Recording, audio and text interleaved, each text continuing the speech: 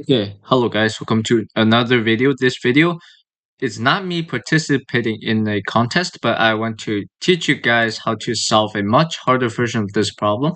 So this problem is called Escape a Large Maze, and basically you have a million by million grid, and you have 2 points that you'd like to see if you can get to 1 point from the other, such that you go to for like each block, you could go to like north, south, northeast, southwest of it if it's not in a array of blocked.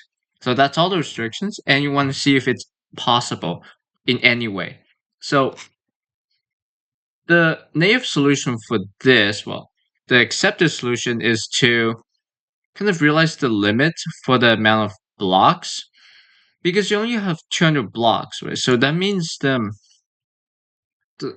maximum size for if you were to trap 1 point, like I'll draw an example. So let's say this is our grid, and these are your points. So I'll just put them in red, right? So if you have blocks like this, like if it traps it like this or whatever, like you basically realize that since there's only up to 200 blocks, like the total area of this region is small. So you can just kind of like do BFS or DFS or whatever, but you just yeah, you just figure out that it's small, and if they're both not trapped within this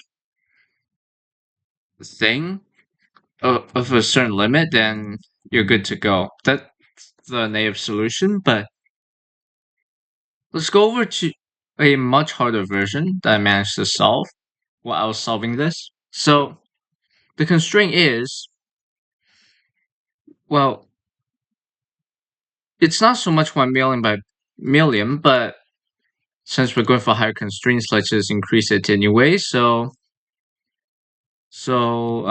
the width and the height is less equal to 10 to the power of 18. And I'll just call this B. B dot size is less equal to 2E5. So 200,000 blocks that are blocked. So how do you solve it? Well, because you can't really abuse the limits anymore. So what you can do is you can, okay, let me just draw some blocked things right here. So let me actually do it in blacks. Let me just say, since theoretically,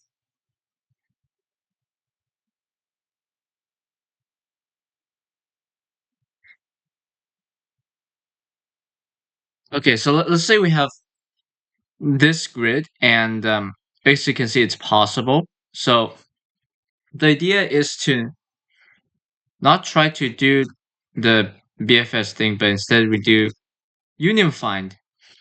Now you might ask, how in the loving heck do you apply union find? Well, first of all, we look at all the distinct x coordinates where it has something. So let's say this is where it has a blocked cell. So let's say this is x1, x1, x2, and then we have x3 and stuff inside, and it's like xm. Right, so we look at all the distinct coordinates. This where it has the thing, and oh, that's actually a really bad example. Holy crap! So let me just erase this. Well, okay, but anyways, you get the point. So look at the x coordinates where it has blocked cells. And let me just draw out so for each of these coordinates we're gonna look at intervals that doesn't have a blocked cell. So for example, if we're looking at this x coordinate, we have this interval and we have this interval, and here we have this interval and this interval, so on and so forth, right? So it goes here and goes here, and here we have this interval, we have these two intervals, and yeah, let me just draw a few more so that it's easier to explain what I'm about to do. So this goes on, and then we have this interval. So here we have this interval and this interval, and then you have something like this. And now this one has 3 intervals. So the idea is to union find all the intervals that can reach each other. So for example, if let me just cover this gap. Oh, that's ugly. Okay, that's good enough. So if I were to circle all the intervals that are in the same group, let's see, like these ones and all these ones, they are in the same group because they can reach each other. Like for example, if you have this interval, you can join with this one, and this one can join with this one, and goes on and forth. And then when we have this one, we actually have another interval like this one. So then we would join that one, and then this would go on here to join with this one, and this one, and this one. So now this entire region is not in the same group. So now the question is, are the intervals that cover both the start and both the source and the targets are in the same group or not? So that's what we're trying to find out. And yeah, so that's how we kind of use union find. So now how in the heck do we use it? How do you do this process efficiently? There's a lot of ways to do it. So first what I did is for each coordinate that has a, a blocked cell, I can compute what the intervals are. Right, so I actually do that right here. So here I put all the for all the x coordinates of the block cell, I put their y coordinates because the y coordinates are going to be what splits the intervals. I sort them, and I can just do a linear scan. So I have the previous left, and then you can just basically go through it and keep updating the previous left, and you have the current right border, so on and so forth. And if we still have room at the end, we push it. So that's what we do. Oops. So now for every x interval that has a block cell, we have the coordinate. We have the list of intervals that doesn't have the blocked cells. So how do we do the merging process? Well, I set up a union find. And actually what I should do here is I can just get rid of this answer array, but this basically says if the current component has a target. So what I do is I go through, because map it puts the x coordinates in order. So I'm going to do sweep line. So if I want to look at this interval, what can this interval insert with?